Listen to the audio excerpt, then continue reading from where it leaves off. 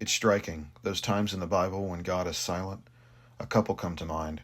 When the prophet Samuel was a little boy, it says that the word of the Lord was rare in those days. But those were also days when the priest's family had been rebelling against God and abusing the community. God responded with eerie silence. There's also a story from many years later when King Saul got desperate to hear from God because an invading army had arrived. But Saul had been living in disobedience and rebellion, so God wasn't answering him through prayers, dreams, prophets, or any other source.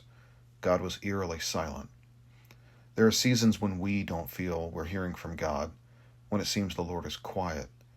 And if things are generally okay on the surface of our life, meaning that there aren't any huge medical, relationship, or financial problems on the horizon, then we might just keep going forward without really looking into that spiritual check engine light we feel of being disconnected from God. Whether that feeling is because God is expressing displeasure with us is something only we can figure out. Regardless of the reason for the feeling, it's an invitation to do something, to make a change in our daily routine. It's an invitation to ask our spouse or family or whomever for the afternoon off. Not so that we can just sit around somewhere and scroll on our phone, which only adds to the despair and it's like eating candy when you're not even hungry, but so that we can take our Bible, maybe a pen and a notebook, and put our phone on Do Not Disturb and toss it in the back seat, out of sight, so that we can spend time wrestling with God.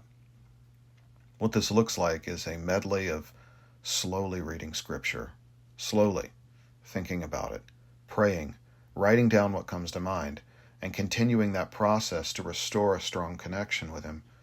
This process exposes our emptiness of flying solo spiritually.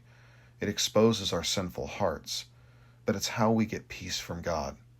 Philippians 4 verses 6 through 8 tell us that if we, 1, bring our troubles to Him and give them over to Him, and 2, speak to our own soul what is honorable, lovely, praiseworthy, and good, then we will get the peace of God that we so desperately want.